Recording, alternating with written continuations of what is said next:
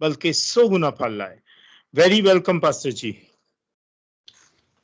बहुत बहुत शुक्रिया भाई सूरत, पास्टर नथानियल, भाई साबर और तमाम वॉइस ऑफ गॉड के बेटे बेटियों के लिए, खुदा उनके खादमों के लिए दिल की गहराइयों से शुक्रगुजार हैं कि खुदावंद ने हम सबको एक मौका अता किया कि हम खुदावंद के हजूर जमा होकर उसकी बंदगी, उसकी परस्तश और उसकी सताइश कर सकते हैं। खुदावंद का शुक्र करते हैं कि पूरा दिन भर की हिफाजत और निगहबानी के बाद हम सब बाहम इकट्ठे मिलकर तो उसके नाम को जलाल दे सकते हैं।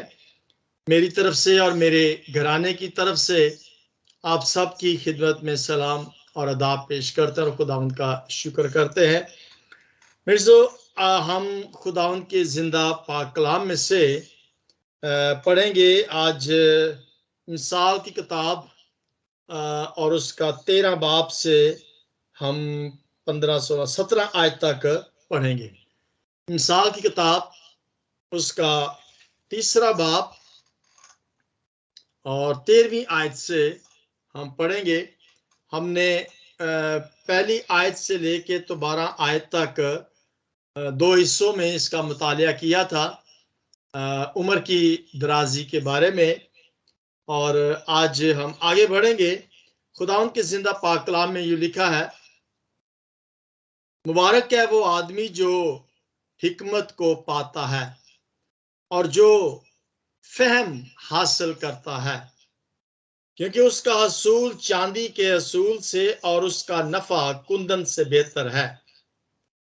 वो मुरझान से ज्यादा बेशबहा है और तेरी मरगूब चीजों में बेनजीर। उसके दाहिने हाथ में उम्र की दराजी है और उसके बाएं हाथ में दौलत और इज्जत। उसकी राहें खुशगवार हैं और उसके सब रास्ते सलामती के हैं। खुदावंद के जिंदा पाक कलाम के पढ़े और सुने जाने पर उसकी हम सब पर कसरत से बरकत हो। हम खुदावंद का शुक्र करते हैं। मिर्जो, आज हम 13वीं आयत से आगे बढ़ेंगे और आज का जो टाइटल होना चाहिए या जो आज का अनुमान होना चाहिए, इन 6 आयात के मुताबिक मैं ये कहूंगा कि मुश्किलों के बाद खुशी। और मुश्किलें, मुसीबतें, तकलीफें और परेशानियां जो हैं, ये हर एक इंसान की जिंदगी में आती हैं, होती है और आनी भी चाहिए, और कोई भी इससे खाली नहीं है, हर एक इंसान। लेकिन पॉइंट जो याद रखने का है वो ये है कि हर मुश्किल के बाद आसानी आती है, खुशी आती है, और हम इस खुशी को अपने जहन के अंदर रखेंगे। मुश्किलें तो हैं, मेरी और आपकी जिंदगी में मुश्किलें तो हैं, सबकी जिंदगी में हैं, लेकिन मेन चीज जो आज हम सीखेंगे कि वो खुशी कैसे हम हासिल कर सकते हैं।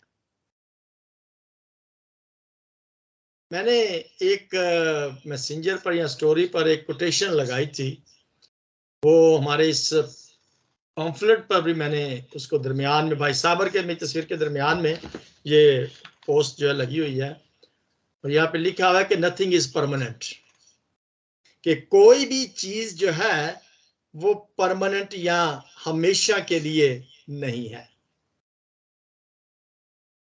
चाहे वो खुशी हो, चाहे गमी हो, तंगी हो, अमीरी हो, गरीबी हो, जिंदगी के हम किसी भी हालत में हो, सिचुएशन कोई भी हो सकती है, वो परमानेंट नहीं है। वो यहां पे लिखा, दूसरे हिस्से में लिखा कि डोंट स्ट्रेस योरसेल्फ। इस बात के लिए हमने परेशान नहीं होना कि इतनी भी ज्यादा परेशानी क्यों ना आ जाए। याद रखिएगा कि वो चेंज हो जाएगी, इट विल चेंज, वो तब्दील हो जाएगी। सो इस खुशी के साथ कि कोई भी चीज मुस्तकिल नहीं है, कोई भी हालत इंसान की मुस्तकिल नहीं है, वो तब्दील होती रहती है। सो आए मेरे जीजो, कलाम मुकद्दस में से आज हम इस चीज को सीखने की कोशिश करते हैं कि 13वीं आयत के अंदर लिखा हुआ है, मुबारक है वो आदमी जो हिकमत को पाता है। मुबारक का मतलब है, जब किसी के घर में जाते हैं किसी खुशी के मौके पर, तो हम उससे क्या कहते हैं जी, मुबारक हो। यानी कि हम आपकी उस खुशी में शरीक हैं, हमें भी खुशी है आपकी इस खुशी में, तो हम उन्हें क्या कहते हैं जी, मुबारक हो। यानी कि शादमान हैं हम। अब यहां पर वो कहता है कि वो आदमी शादमान है, वो शख्स जो है वो शादमान है जो क्या कर लेता है, हिकमत को पा लेता है, जो दनाई, फहम, हिकमत, विजडम जो है उसको पा लेता है। मैं यूं कहूंगा कि ये जो 13 आयत से 15वीं आयत तक है, इसका जब हम मुतालिया करते हैं, इसको जब हम गौर के साथ पढ़ते हैं, यहां पर लिखा यूं है कि बाबरकत वो शख्स है जो माला माल है। यानी कि जो अमीर है, दौलतमंद है, वो शख्स माला माल है जो बरकत को हासिल कर लेता है। मुबारक है वो शख्स, यानी कि मुबारक वो शख्स है जो हिकमत को पा लेता है। अब देखिए, जैसे मैंने शुरू में बताया कि जब कोई खुशी होती है किसी के घर में, तो हम उससे मुबारकबाद देते हैं। तो इसका मतलब है कि जो शख्स हिकमत को पा लेता है, हम उसे मुबारकबाद देते हैं क्योंकि वो माला माल हो गया है। जब किसी को कोई गाड़ी मिलती है या अच्छी नौकरी मिलती है या कोई जैकपॉट लग जाता है या बहुत सारे लॉटरी कोई निकल आती है, कोई पैसा, कोई अच्छी चीज मिल जाती है, तो हम उससे मुबारकबाद कहते हैं और कहते हैं बंदा अभी मालदार हो गया, कोई लॉटरी निकल आई है। अब यहां पर वो मुबारकबाद उस शख्स को दे रहा है जो बहुत माला माल हो गया है, दौलत के साथ नहीं बल्कि हिकमत के साथ। जिसको हिकमत, दनाई, फहम मिल जाता है, वो माला माल हो जाता है, तो उसको हम क्या कहते हैं, यहां पर कलाम मुकद्दस कहता है कि वो मुबारक है। मेरे जीजो, वो शख्स जो इस बात को समझ लेता है कि हिकमत का मिल जाना इंसान को मालो माल कर देता है, जो इस बात को समझ लेता है कि इल्म, फहम या हिकमत जो है वो जिस शख्स को मिल जाती है वो दौलतमंद हो जाता है, यानी कि मालो माल हो जाता है, वो अमीर हो जाता है। अब ये सोने और चांदी से ज्यादा कोई दौलत है, यहां पर लिखा हुआ है, अगर हम उसके अगले हिस्से में देखें, क्योंकि उसका हसूल चांदी के हसूल से और उसका नफा कुंदन से बेहतर है। सोना और चांदी से इंसान मालो माल हो जाता है, लेकिन कलाम मुकद्दस कहता है कि जिसको हिकमत मिल जाती है वो सोने और चांदी से भी ज्यादा मालो माल हो जाता है। सोना और चांदी तो फिर चोर चोरी भी कर सकता है ना, चोरी हो सकती है, सोना चुराया जा सकता है, दौलत डाकू ले जा सकते हैं, लेकिन जो हिकमत, जो धनाई हमारे पास है, कोई नहीं चुरा सकता। कहता है कि वो सोने और चांदी से बहुत बेहतर है, फायदा है, यानी कि वो कुंदन से भी, कुंदन से भी नफा है, यानी कि उसका नफा कुंदन से भी बेहतर है। यानी खालिस चीज जो होती है, रूबी जिसे कहते हैं, जूल्स जिसे कहते हैं, यानी कि मोती जो होते हैं, बड़े कीमती हीरे और जवाहरात जो होते हैं, वो कहता है कि उसका फायदा जो है वो कुंदन से भी बेहतर है। मुरझान, मुरझान असल में वो लफ्ज है, रूबी जिसे कहते हैं, रूबी से भी ज्यादा बेशबहा है। कुंदन का मतलब खालिस है। इसका मतलब है कि हिकमत की अगर हम वजाहत करें तो हिकमत की वजाहत इस तरीके से है कि उसकी कीमत जो है उस पर मुनस्सर है। हिकमत की जो कीमत है वो सोने और चांदी से, रूबी से जो है, जो हीरे जवाहरात होते हैं उनसे भी कहीं ज्यादा है। जब हमें किसी चीज की कीमत का अंदाजा हो जाता है ना, कि इस चीज की कीमत क्या है, पता चल जाता है, तो फिर हम उस चीज को हासिल करने के लिए अपनी हत्तल वसा कोशिश जो है वो कर देते हैं। अब खुदा उनका कलाम हमें यहां पर यह बताता है कि हिकमत जो है वो सोने और चांदी, हीरे और जवाहरात से भी, मुरजान से भी बेहतर है या ज्यादा है, ज्यादा बेशबहा है। और अगर मेरे जीजो कलाम मुकद्दस ये बात फरमा रहा है, देखिए इंसान दौलत के पीछे भागता है, खवातीन सोने और चांदी के पीछे भागती हैं, किसी तरीके से ये जेवर जो है वो सोने का मिल जाए, ये हार मिल जाए, बुंदे मिल जाए, कांटे मिल जाए, नथरी, यानी कि सोने के तलाश के अंदर उसको हासिल करने के लिए उसकी मुश्ताक जो है खवातीन होती हैं। होना भी चाहिए, नो डाउट, खवातीन के लिए है, लेकिन इंसान, आदमी जो है वो रुपया पैसे के पीछे भागता है, दौलत के पीछे भागता है।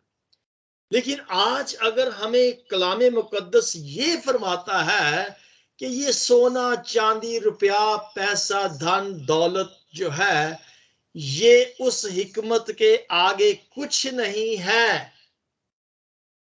सो यहां पर मैं ये कमेंट देना चाहूंगा कि वो हमारे बहन भाई, वो ईमानदार, वो खून से खरीदे हुए बेटे बेटियां जिनका ईमान खुदावंद यीशु मसीह पर है, अगर वो सोने चांदी से ज्यादा प्यार करते हैं तो फिर आज कलाम मुकद्दस हमें ये बताता है कि इससे भी बढ़कर एक और चीज बेशबहा कीमती है, और वो है हिकमत। स्वाय मेरे जीजो, इस हिकमत से अमीर होने की कोशिश करें। हिकमत आपको इतना अमीर कर देगी, हिकमत आपको इतना मालो माल कर देती है कि ऐसा अमीर शख्स आप इस रुए जमीन पर नहीं मिलेगा। ये बहुत बड़ी बात है, आप तलाश करें। कलाम मुकद्दस कहता है कि ऐसा शख्स कभी नहीं आपको मिलेगा जो हिकमत को पाकर मालो माल हो जाता है। यहां पर जो ख्याल कलाम मुकद्दस के अंदर पेश किया गया है, मेरा नहीं ख्याल कि कभी हमने इस चीज के बारे में गौर के साथ सोचा हो। दुनिया में रहते हुए हम इस चीज की तलाश में रहते हैं। मैं भी इसमें शामिल हूं। मैं भी चाहता हूं कि मेरे पास भी बड़ा सा घर हो, कोई बंगला हो, ऐश के साथ मैं अपनी जिंदगी को बसर करूं। कोई 10-12 गाड़ियां हो, कोई नौकर चाकर हो, दौलत हो, खजाना जो है वो लॉकर जो है वो भरा हुआ हो दौलत के साथ, और मुझे दुनिया की किसी भी चीज को हासिल करने के लिए कोई भी दिक्कत जो है वो ना आए। ऐसा ही हर हर शख्स की ये ख्वाहिश है। हर एक शख्स की, दुनिया में रहते हैं हम, दुनियावी लोग हैं, लेकिन रूहानी लोग जो हैं, जो मसीह पर ईमान रखते हैं, मैं आज आप सबसे ये कहना चाहता हूं, इस धन दौलत की तलाश में ना रहें। इस 13वीं आयत को याद रखें कि मुबारक है वो आदमी जो हिकमत को पाता देता है और जो फहम हासिल करता है, क्योंकि उसका असूल चांदी सोने के असूल से और उसका नफा कुंदन से बेहतर है। वो मुरझान से भी ज्यादा बेशबहा कीमती है।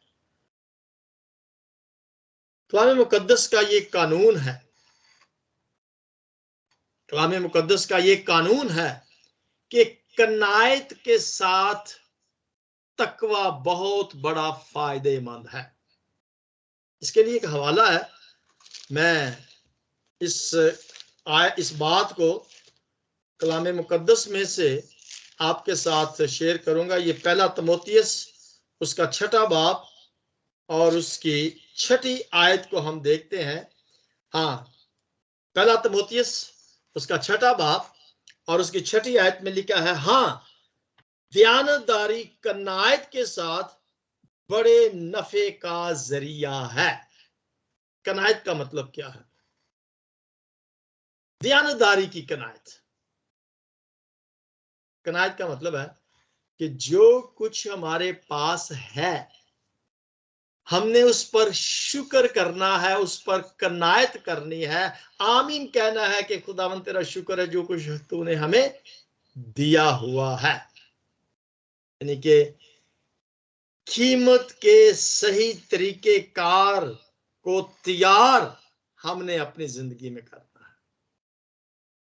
जो भी हमारे पास है, जो भी दौलत हमारे पास है, जो भी बरकत हमारे पास है, कुछ भी, जो कुछ भी हमारे पास है, हमने क्या करना है?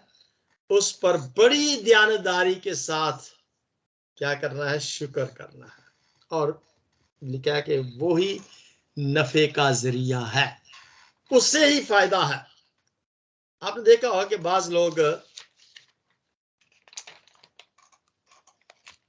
एक पंजाबी में वो क्या कहते हैं कि लफ्ज है मरु मरु करना, होते हैं। मैंने भी देखे, आपने भी देखे होंगे। कुछ लोग हैं जो मर गए भाई, मर, कोई हाल ही नहीं, मरु मरु जिसे कहते हैं ना पंजाबी, मरु मरु कर दे रहते हैं। सब कुछ होने के बावजूद भी क्या कहते हैं? मर गए जी, कुछ भी नहीं, लुटे गए जी, कुछ भी नहीं है हमारे पास। एक तो झूठ बोला जाता है और दूसरा नाशुक्री की जाती है। कनायत दयानतदारी के साथ नफा है, उसके जरिए से आपको, इसका मतलब है कि जब हम अपने जो कुछ भी हमारे पास है उस पर जब हम कनायत करेंगे, शुक्रगुजारी करेंगे कि खुदावन तेरा शुक्र है जो कुछ भी तूने हमें दिया है, हम उसी पर कनायत जब करते हैं तो हम शुक्रगुजारी कर रहे होते हैं, और आपकी उसी शुक्रगुजारी से खुदावन आपको फायदा देगा, नफा देगा। वो शख्स जिसका ईमान, यकीन, भरोसा खुदावन यीशु मसीह पर है, यानी कि वो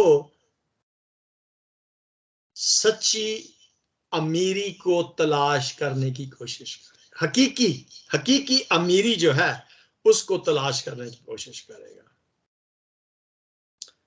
एक और हवाला मैं आपके साथ पढ़ना चाहता हूं, अगर वो मुझे ज़हन के अंदर एक आया है। लूका रसूल की अंजील के अंदर देखेंगे। लूका रसूल की अंजील है और उसका 11वां बाब है और उसकी 11वें बाब की 16वीं आयत को देखेंगे। हाँ जी, 16 आयत में लिखा है,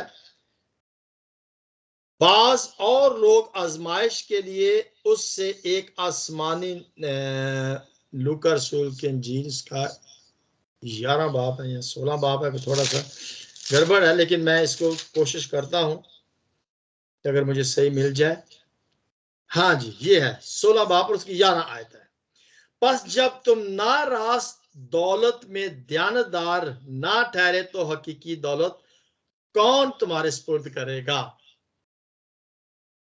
नारास्त दौलत में भी अगर हम ध्यानदार नहीं हैं तो फिर हकीकी दौलत कौन तुम्हारे सुपुर्द करेगा। यानी कि जो कुछ भी हमारे पास है, जैसे भी हमने उसे हासिल किया है, मेरे भाइयों मेरी बहनों जो हमारे साथ फेसबुक पर है या स्काइप पर मौजूद है या जो भी इसको सुन रहे हैं, याद रखिए इस आयत को। जो हमारा टॉपिक है कि जो कुछ भी हमारे पास है, जैसे भी हमने उसे हासिल किया है, अगर हम उसकी शुक्रगुजारी नहीं करते तो उससे हमें आगे बरकत नहीं मिलेगी, उससे हमें फायदा नहीं मिलेगा। यहां पर खुदावन का जिंदा पाक कलाम बताता है कि जब तुम नारास्ती दौलत में ध्यानदार ना ठहरे, जो भी दौलत हमारे पास, जैसी भी दौलत हमारे पास है, जैसे भी हमने हासिल की है, अगर हम उसमें ध्यानदार नहीं है तो हकीकी दौलत कौन तुम्हारे सुपुर्द करेगा। इसका मतलब है कि अगर हम उसी की शुक्रगुजारी करेंगे तो उसके जरिए से हमें और ज्यादा बरकत मिलेगी। ये तो दुनियावी बात है ना, दौलत की बात हो रही है।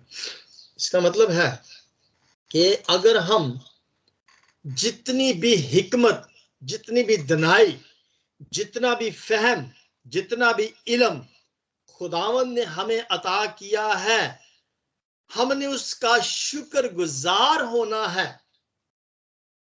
शुक्रगुजारी उसकी हमने करनी है, उसमें घमंड नहीं करना, उसमें हमने तकब्बर नहीं करना, गुरूर नहीं करना। और बाज़ बात ऐसे होता है कि कुछ लोग अपने इल्म पर, फहम पर, दनाई पर, विजडम पर बड़ा गुरूर करते हैं, और हम सब जानते हैं कि वो गुरूर जो है फिर उसका जवाल आ जाता है। लेकिन अगर हम शुक्रगुजारी करेंगे खुदावंद की, क्यों खुदावंद तेरा शुक्र है कि तूने मुझे ये दनाई दी है, फहम दिया है। जब खुदा ने सुलेमान से पूछा कि तुझे क्या चाहिए, यानी कि तुझे दौलत चाहिए, इज्जत चाहिए, शोहरत चाहिए, क्या तुझे चाहिए, तो उसने क्या कहा था?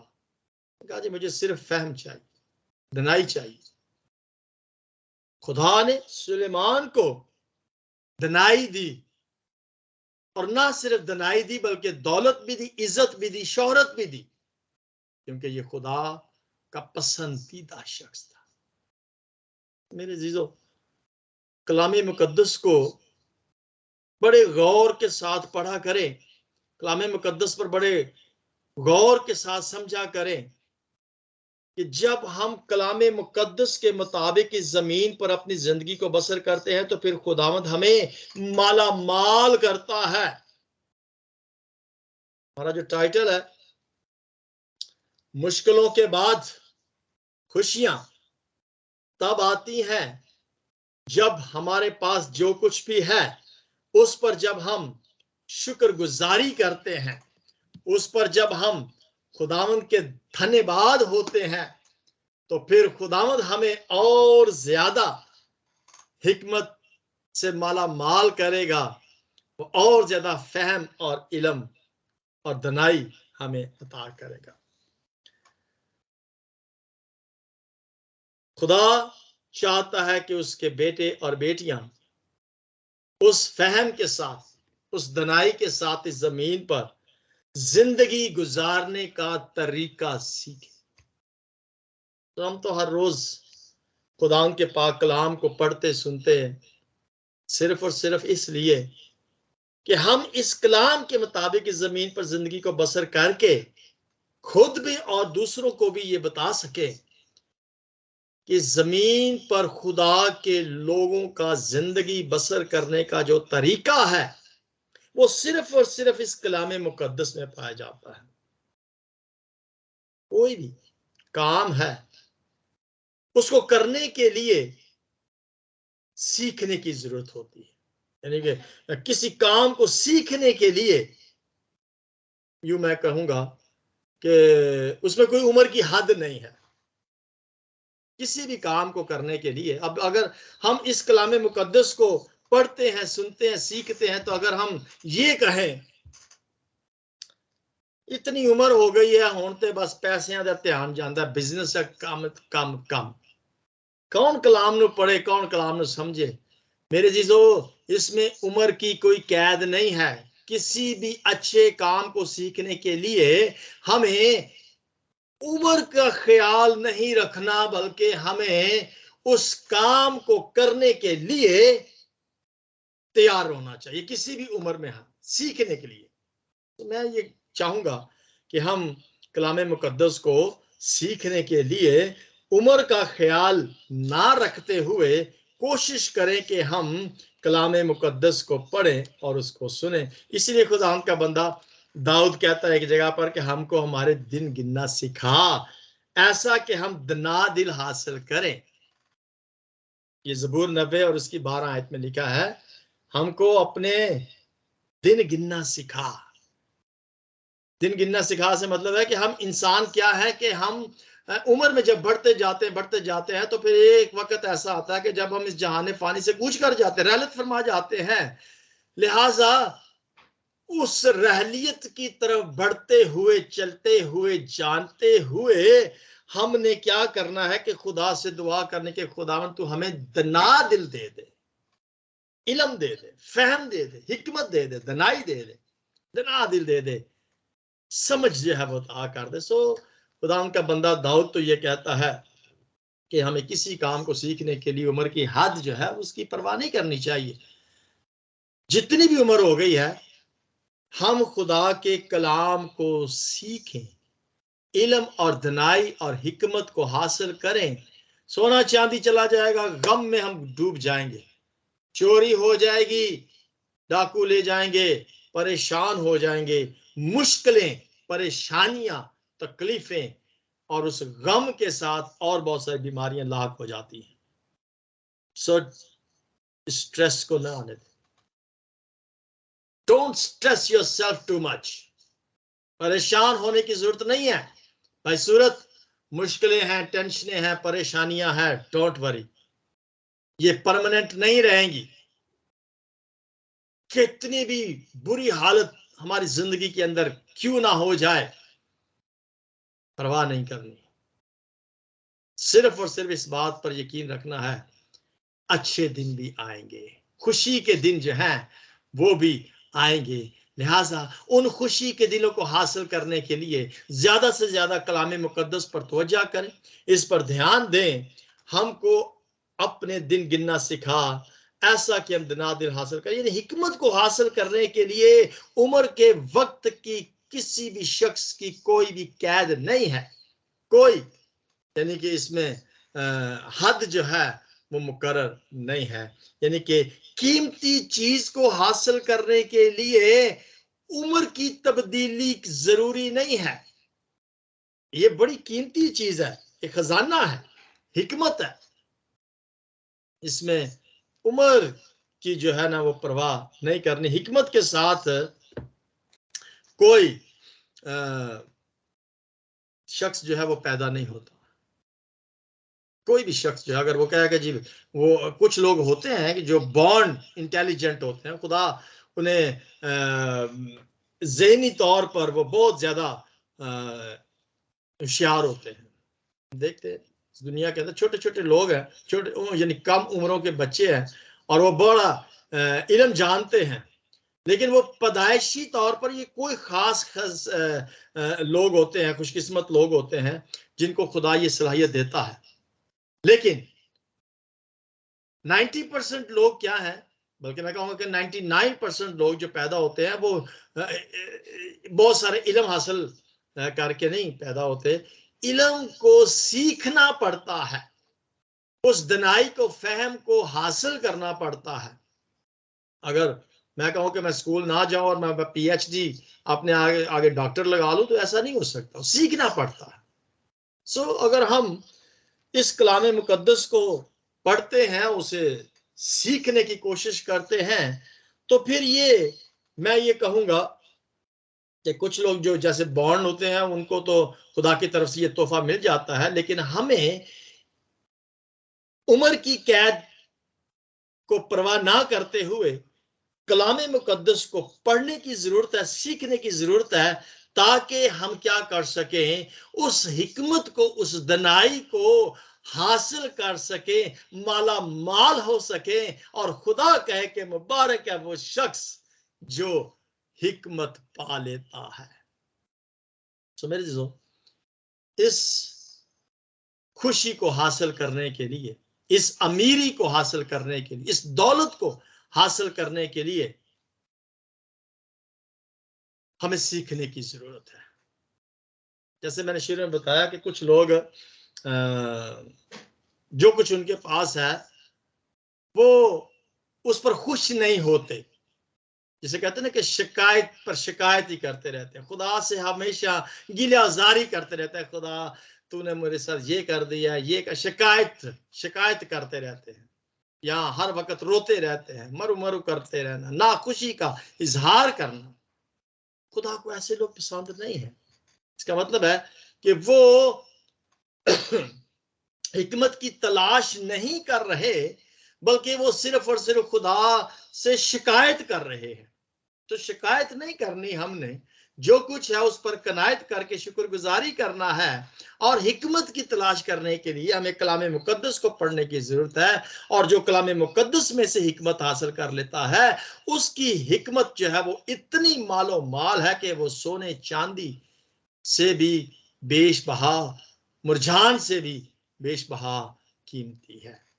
मेरे जो हिकमत मसीह यीशु में पाई जाती है, उस हिकमत को, उस दनाई को, उस इल्म को, उस फहम को हासिल करने के लिए हमें खुदा से दुआ करने की जरूरत है।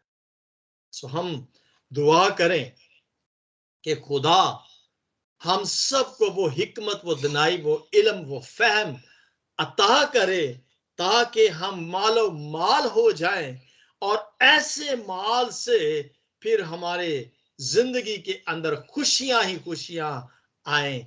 और ये ख्वाहिश बाप की है, ये ख्वाहिश बाप की अपने बेटों के लिए है।